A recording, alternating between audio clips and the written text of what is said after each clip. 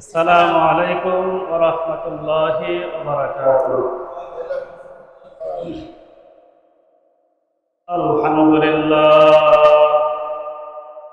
আলহামদুলিল্লাহ নাহমাদুহু ওয়া নাস্তাঈনুহু ওয়া নাস্তাগফিরুহ ওয়া না'উযু বিল্লাহি মিন শুরুরি আনফুসিনা ওয়া মিন সাইয়্যাতি আ'মালিনা। من يهده الله فلا مضل له ومن يضلله فلا هادي له وأشهد أن سيدنا وسندنا وحبيبنا وطبيبنا وقلوب ربنا ومرشدنا ومولانا محمدا عبده ورسوله الذي أرسله بالحق بشيرا ونذيرا وداعيا إلى الله بإذنه وسراجا وقمرا منيرا.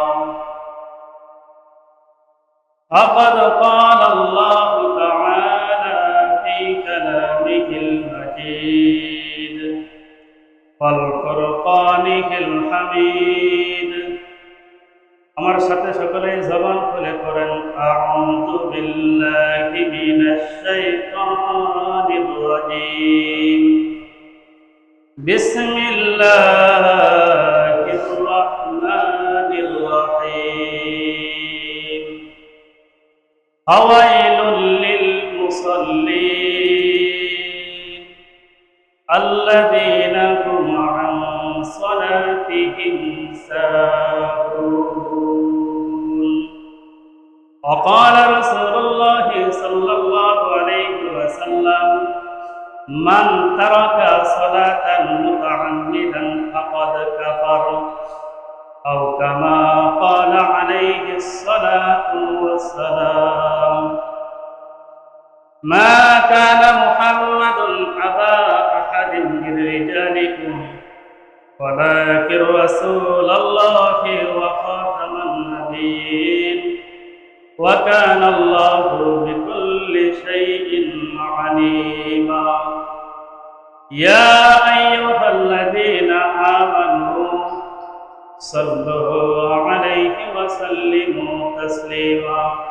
আমরা সকলে মহব্বতের সাথে দুরূদ শরীফ পড়ি। আল্লাহুম্মা সাল্লি আলা মুহাম্মাদ ওয়া আলা আলি মুহাম্মাদ কামা সাল্লাইতা আলা ইব্রাহিম ওয়া আলা আলি ইব্রাহিম ইন্নাকা হামিদুম মাজিদ।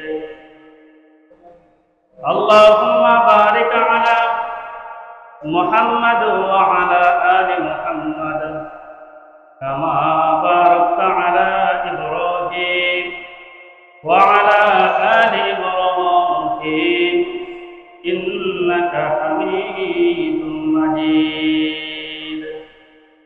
بلغ العلا بكماله كشف الدجى بجماله حسنت جميع خصاله صلوا عليه وآله سلموا يا قوم بل صلوا على صدر الأمين مصطفى ما جاء إلا رحمة للعالمين.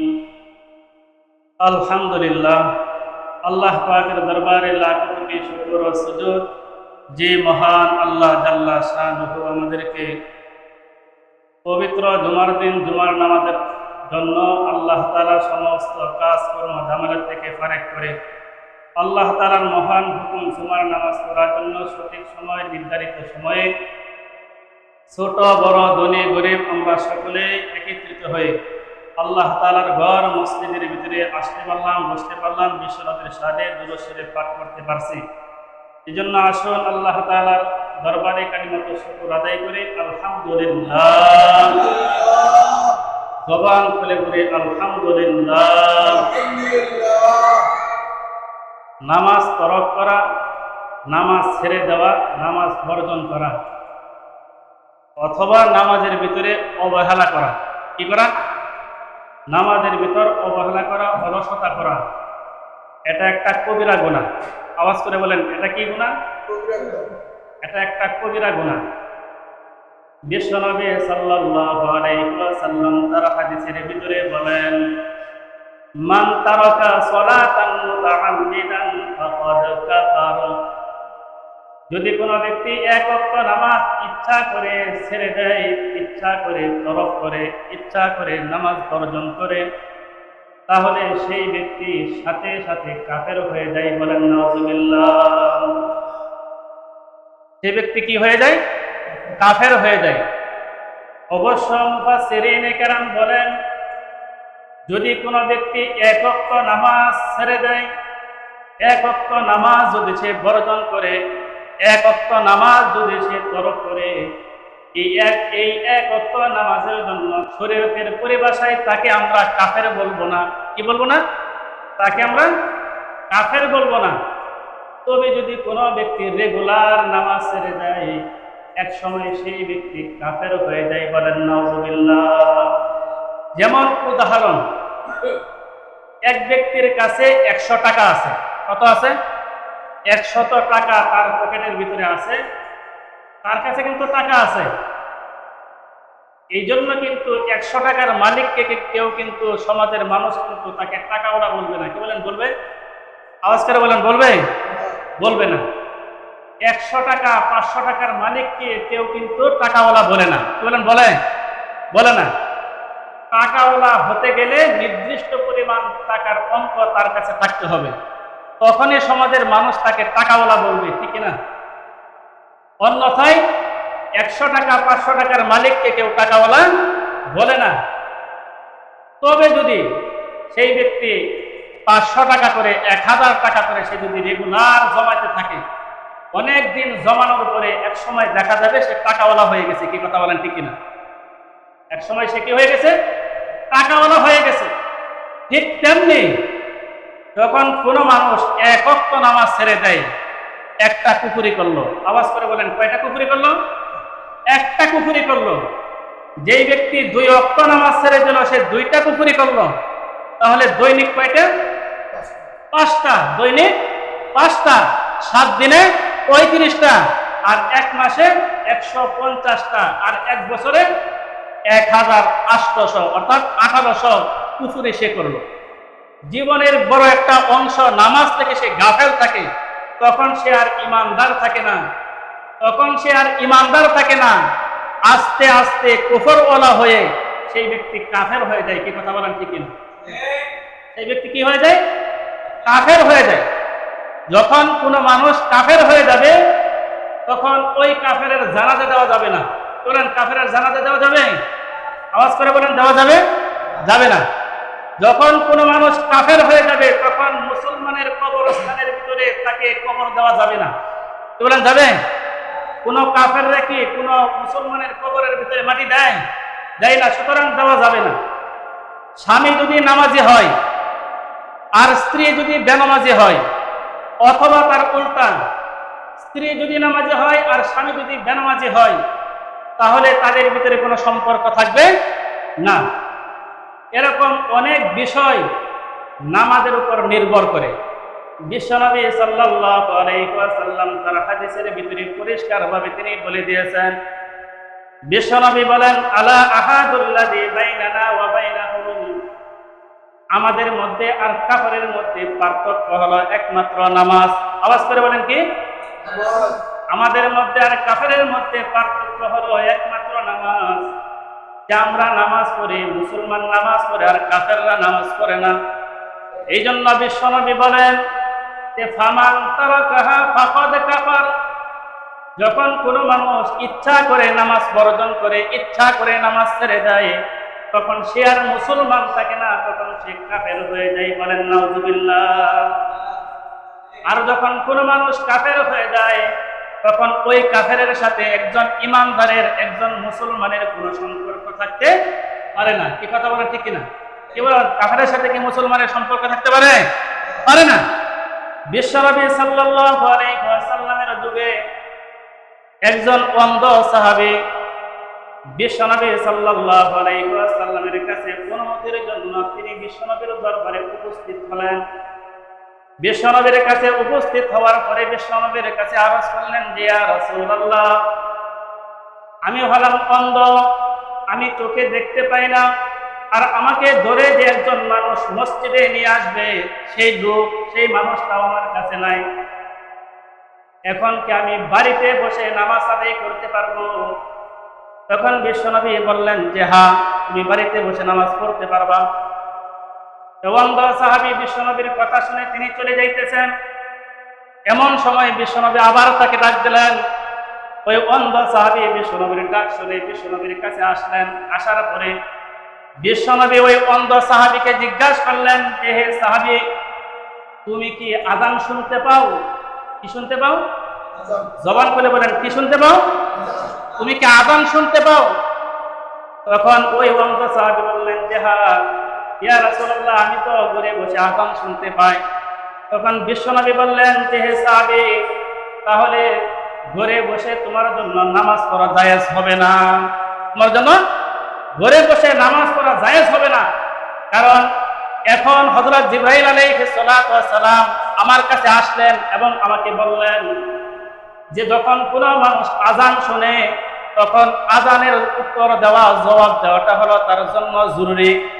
আর আযানের জবাব দেওয়ার মানে হচ্ছে আযান শোনার পরে সে ঘরে বসে থাকবে না, ঘর থেকে বের হয়ে ওযু করে নামাজের জন্য প্রস্তুতি নিয়ে সে মসজিদের ভিতরে চলে যাবে। মসজিদের ভিতরে গিয়ে সে জামাতের সাথে নামাজ আদায় করবে। বলেন সুবহানাল্লাহ। একজন অন্ধ সাহাবীকেও কিন্তু জামাত ত্যাগ করার অনুমতি দেওয়া হয় নাই। কি বলেন, হয়েছে? আওয়াজ করে বলেন, হয়েছে? হয় নাই। আজকে তো আমাদের অনুমতি লাগে না, আমরা এমনিতেই বাড়িতে বসে নামাজ পড়ি। কথা বলেন ঠিক কিনা? যে মুয়াজ্জিন যখন বলে হাইয়া আলাস সালাত, তোমরা সালাতের দিকে আসো, নামাজের দিকে আসো, হাইয়া আলাল ফালাহ, তোমরা সফলতার দিকে আসো, কামিয়াবির দিকে আসো। মুয়াজ্জিন যখন ভোর রাত্রে, ভোর বেলায় যখন বলে আসসালাতু খায়রুম মিনান নাওম, ঘুম হতে নামাজ ভালো, ঘুম হতে নামাজ ভালো।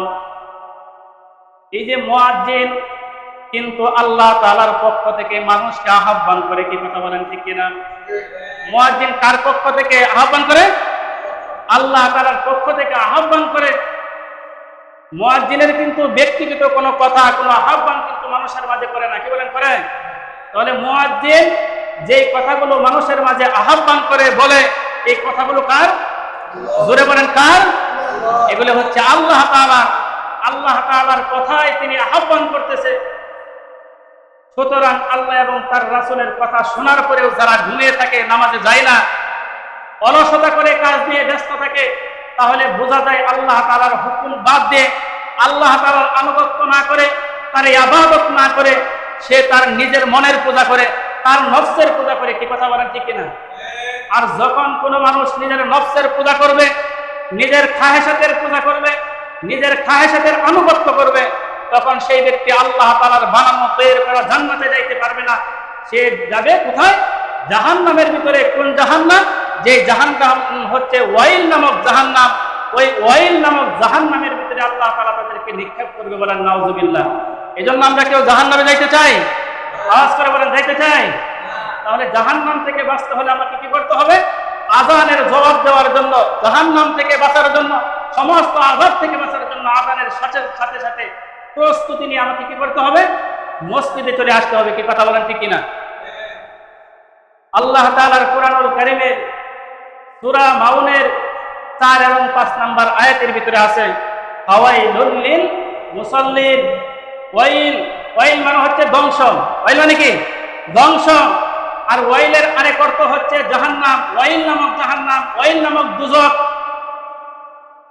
ফাওয়াইলুল লিল মুসাল্লিন, ধ্বংস হোক ওই সমস্ত নামাজি, ওই সমস্ত নামাজি। ফাওয়াইলুল লিল মুসাল্লিন, ধ্বংস হোক ওই সমস্ত নামাজি। এই কথা শোনার পরে অনেক মানুষ বলে যে নামাজিরাই তো জাহান্নামে যাবে, নামাজিরাই জাহান্নামের ভিতরে যাবে। পরের আয়াত সে আর পড়ে না যে আল্লাযীনা হুম আন সালাতিহিম সাহুন, যারা নামাজের ভিতরে অলসতা করে, যারা নামাজকে অবহেলা করে, নামাজ তরক করে, নামাজ ছেড়ে দেয়, নামাজকে বর্জন করে, ওই সমস্ত মানুষ ফাওয়াইলুল লিল মুসাল্লিনের অন্তর্ভুক্ত। কি কথা বলেন ঠিক কিনা? ফাওয়াইলুল লিল মুসাল্লিনের আয়াতের অন্তর্ভুক্ত। সুতরাং যারা নামাজ বর্জন করবে, নামাজ ছেড়ে দিবে, নামাজ ইচ্ছা করে পড়বে না, তারা ওয়াইল নামক জাহান্নামের ভিতরে যাবে। আর ফাওয়াইলুল লিল মুসাল্লিনের অন্তর্ভুক্ত। কি কথা বলেন ঠিক কিনা? তো উর্দুতে একটা কথা বলে, নামাজি তিন কিসিম পর হে, নামাজি তিন কিসিম পর হে, আটকে খাটকে 360 উর্দুতে বলা হয় যে দুনিয়ার ভিতরে 3 কিসিমের মানুষ আছে। আওয়াজ করে বলেন, কয় কিসিমের মানুষ? জবান খুলে বলেন, কয় কিসিমের মানুষ? দুনিয়ার ভিতরে 3 কিসিমের মানুষ আছে। নামাজি 3 কিসিম পর হে, 3 কিসিমের মানুষ আছে। 3 কিসিমের ভিতরে এক শ্রেণীর মানুষ, এক কিসিমের মানুষ হলো যে আটকে আটকে আটকে কারা? আটকে হচ্ছে যে 7 দিন পরে 8 দিনের মাথায় যে নামাজটা পড়া হয়, এই নামাজটা কি? কে বলতে পারবেন? জুমার নামাজ। এই আমরা পড়তে আসলাম, এটা হচ্ছে আজকে 8 দিনের মধ্যে আমরা জুমার নামাজ পড়ি। অনেক মানুষ আছে সারা সপ্তাহ নামাজ পড়ে না, শুধু আমরা জুমার নামাজ পড়ি। এরকম লোক আছে না নাই? আওয়াজ করে বলেন, আমাদের ভিতরে আছে না নাই? এদেরকে বলা হয় আজকে। এবার পরে বলছে যে খাটকে। খাটকে কারা? যে জানাজার নামাজ। খাটকে কি? জানাজার নামাজ, খাটের নামাজ। যে অনেক মানুষ আছে আমরা কি করি? 5 ওয়াক্ত নামাজ তো পড়ি না, জুমার নামাজও পড়ি না, শুধু জানাজার নামাজ পড়ি। এরকম লোক আমাদের সমাজে, আমাদের মাঝে আছে না নাই? তাহলে আজকে হচ্ছে শুক্রবারের জুমার দিনের নামাজ, খাটকে হচ্ছে জানাজার নামাজ, আর 360 হচ্ছে ঈদের নামাজ। বছরে একবার যে ঈদের নামাজ আমরা পড়ি, ওটা হচ্ছে ঈদের নামাজ। অনেক মানুষ আছে জুমার 5 ওয়াক্ত নামাজও পড়ে না, জুমার নামাজও পড়ে না, জানাজার নামাজও পড়ে না, শুধু ঈদের নামাজ পড়ে। এরকম লোক আমাদের মাঝে আছে না নাই? বলছে যে নামাজি 3 কিসিম পর হে, আজকে খাটকে 360। এই 3 কিসিমের মানুষ ফাওয়াইলুল লিল মুসাল্লিনের অন্তর্ভুক্ত। সুতরাং তারা ওয়াইল নামক জাহান্নামে যাওয়ার আশঙ্কা আছে। কি কথা বলেন ঠিক কিনা? সুতরাং এই ফাওয়াইলুল লিল মুসাল্লিনের আয়াত থেকে, এই এর থেকে বাঁচতে হলে আমাদের কি করতে হবে? শুধু জুমার নামাজ পড়লে হবে? জানাজার নামাজ পড়লে হবে? ঈদের নামাজ পড়লে হবে? কি করতে হবে? রেগুলার 5 ওয়াক্ত নামাজ আমি যতদিন বেঁচে থাকবো ততদিন আমাকে 5 ওয়াক্ত নামাজ জামাতের সাথে মসজিদে এসে আমাকে জামাতের সাথে পড়তে হবে। কি কথা বলেন ঠিক কিনা? তো বর্তমান আমাদের মাঝে কিছু সংখ্যক লোক বলে যে নামাজ বলতে কিছু নাই। আবার আমরা অনেকেই বলি যে নামাজ মসজিদে গিয়ে জামাতের সাথে পড়া লাগে না, মনে মনে নামাজ পড়লেই হয়। এরকম কথা বলে কি বলে না? আপনাদের আওয়াজ শুনে মনে হচ্ছে যে আমি বানায় বানায় বলতেছি। এরকম বলে কি বলে না? আমি শুনছি না, আপনারা শুনছেন এরকম কথা? রাসূলের জিন্দেগিতে তিনি নামাজ পড়ছেন কিনা এটা আমরা এখন জানবো। বুখারী শরীফের কিতাবুস সালাতের ভিতরে আছে। বুখারী শরীফের কিতাবুস সালাতের ভিতরে আপনি যদি ঢোকেন তবে আপনি দেখতে পারবেন বিশ্বনবী যতদিন বেঁচে ছিলেন তিনি নামাজ আদায় করছেন। বলেন সুবহানাল্লাহ। সারা জীবন নামাজ পড়ছেন। মনে মনে পড়ছেন না মসজিদে গিয়ে পড়ছেন? সবাই উত্তর দেন, বলেন। সারা জীবন তিনি মসজিদে গেছেন, মনে মনে নামাজ পড়েন নাই, সারা জীবন মসজিদে গিয়ে জামাতের সাথে নামাজ আদায় করছেন। বলেন সুবহানাল্লাহ। শুধু নামাজ পড়েন নাই, তিনি নামাজ পড়াইছেন। শুধু নামাজ পড়েন নাই, তিনি ইমামতি করছেন। এমনকি বিশ্বনবী সাল্লাল্লাহু আলাইহি ওয়াসাল্লাম মরণ রোগে যখন তিনি আক্রান্ত, মসজিদে যাওয়ার মতো যখন তার আর ক্ষমতা নাই, এদিকে আযান হয়ে গেছে, বিশ্বনবী নামাজের জন্য ওযু করলেন, নামাজের জন্য প্রস্তুতি নিলেন, হঠাৎ করে তিনি বেহুশ হয়ে গেছেন। কি হয়ে গেছেন? সবাই জবান খুলে বলেন, কি হয়ে গেছেন? অজ্ঞান হয়ে গেছেন, বেহুশ হয়ে গেছেন। অন্যদিকে সাহাবায়ে কেরাম বিশ্বনবীর জন্য অপেক্ষা করতেছেন। এইদিকে বিশ্বনবী কিছুক্ষণ অজ্ঞান থাকার পরে জ্ঞান ফিরলেন। জ্ঞান ফেরার পর বিশ্বনবী সাহাবায়ে কেরামদেরকে জিজ্ঞাসা করলেন যে, হে সাহাবীরা, নামাজ কি হয়ে গেছে? কি জিজ্ঞাসা করছেন? সবাই বলেন, কি বলছেন? নামাজ কি হয়ে গেছে? তখন বিশ্বনবী যখন বলছেন যে, হে সাহাবীরা, নামাজ কি হয়ে গেছে? সাহাবায়ে কেরাম উত্তর দিলেন যে, আল্লাহর নবী, ইয়া রাসূলুল্লাহ, আমরা সমস্ত সাহাবীরা আপনার জন্য অপেক্ষা করতেছি, আপনি গেলেই তারপর নামাজ হবে। বলেন সুবহানাল্লাহ। আপনি গেলেই তারপর নামাজ হবে। বিশ্বনবী আবার ওযু করলেন, কারণ যখন একজন মানুষ অজ্ঞান হয়ে যায় তারপর তাকে ওযু করতে হয়। কি করতে হয়? কি করতে হয়? ওযু করতে হয়, একটা মাসালা। বিশ্বনবী আবার ওযু করলেন, আবার তিনি কি করলেন? নামাজের জন্য প্রস্তুতি নিলেন। যখন তিনি যাবেন ঠিক এমন সময় আবার তিনি বেহুশ হয়ে গেলেন। এরকম 4বার 5বার অজ্ঞান হয়ে যাওয়ার পরে, বেহুশ হয়ে যাওয়ার পরে তখন তার জ্ঞান ফিরে আসলো। তখন বিশ্বনবী সাল্লাল্লাহু আলাইহি ওয়াসাল্লাম সাহাবায়ে কেরামদেরকে বললেন যে, হে সাহাবীরা, তোমরা আবু বকরকে গিয়ে বলো সে যেন লোকদের ইমামতি করে, সে যেন কি করে, লোকদের ইমামতি করে নামাজ পড়ায়। সাহাবায়ে কেরাম আবু বকরকে সংবাদ দেওয়ার পরে হযরত আবু বকর সিদ্দিক রাদিয়াল্লাহু তাআলা আনহু তিনি নামাজের ইমামতি করার জন্য তিনি দাঁড়িয়ে গেলেন। এদিকে বিশ্বনবীর জ্ঞান ফিরে আসলো। বিশ্বনবী আবার ওযু করলেন। ওযু করার পরে নামাজের জন্য প্রস্তুতি নিলেন। তখন তার মাঝে তার শরীরের ভিতরে সুস্থতা অনুভব হলো। তখন তার মাঝে আবার সুস্থতার অনুভব হলো। তখন দুইজন সাহাবীকে ডাক দিলেন। আওয়াজ করে বলেন, কয়জন সাহাবীকে ডাক দিয়েছেন? দুইজন সাহাবীকে ডাক দিলেন। যেই দুইজন সাহাবীকে বিশ্বনবী ডাক দিয়েছিলেন তার মধ্যে একজন ছিল হযরত আলী রাদিয়াল্লাহু তাআলা আনহু, আরেকজন ছিল হযরত বেলাল রাদিয়াল্লাহু তাআলা আনহু। এই দুইজন সাহাবী বিশ্বনবীর ডাক শোনার সাথে সাথে বিশ্বনবীর কাছে উপস্থিত হলেন। বিশ্বনবীর দুই পাশে দাঁড়ালেন। এক পাশে হযরত আলী রাদিয়াল্লাহু তাআলা আনহু, আরেক পাশে হযরত বেলাল রাদিয়াল্লাহু তাআলা আনহু। দাঁড়ানোর পরে বিশ্বনবী সাল্লাল্লাহু আলাইহি ওয়াসাল্লাম জামাতের সাথে মসজিদে গিয়ে নামাজ পড়ার জন্য তাদের দুই কাঁধের উপরে ভর করে তিনি মসজিদের দিকে রওনা শুরু করলেন। বলেন সুবহানাল্লাহ। মসজিদের দিকে যখন বিশ্বনবী দুইজন সাহাবীর কাঁধে ভর করে যখন তিনি যাইতেছিলেন, তখন তার পাগুলি জমিনের ভিতরে হেসরে হেসরে যাচ্ছিল। জমিনের ভিতরে হেসরে হেসরে যাচ্ছিল। বিশ্বনবী সাল্লাল্লাহু আলাইহি ওয়াসাল্লামের আগেও গুনাহ ছিল না, পরেও গুনাহ ছিল না। সবাই বলেন, আগেও গুনাহ ছিল না, পরেও গুনাহ ছিল না।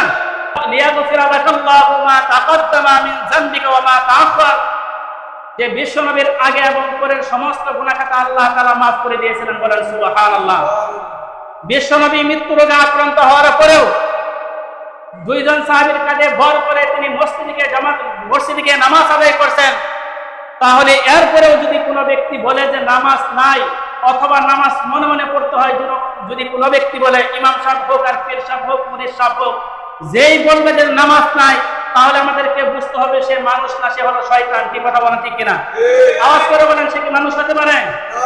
বিশ্বনবীর আগেও গুনাহ নাই, পিছনেও গুনাহ নাই, এমন একজন ব্যক্তির গুনাহ না থাকা সত্ত্বেও যদি তার এরকম পরিশ্রম করে মসজিদে গিয়ে জামাতের সাথে নামাজ পড়তে হয়, তাহলে কি যেই ব্যক্তি বলে নামাজ পড়ার দরকার নাই, অথবা নামাজ মনে মনে পড়লেই চলে, তাহলে কি বিশ্বনবীর চাইতে ওই ব্যক্তি বড় হয়ে গেছে?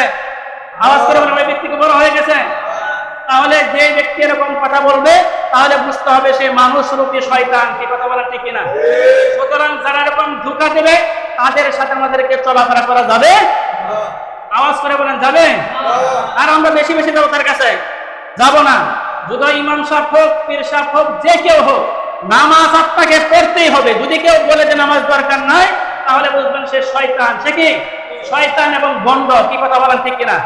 সুতরাং একটা কথা মনে রাখবেন, নিজেও নামাজ পড়ে না, অন্যদেরকেও নামাজ পড়তে দেয় না। কি কথা বলেন, ঠিক কিনা?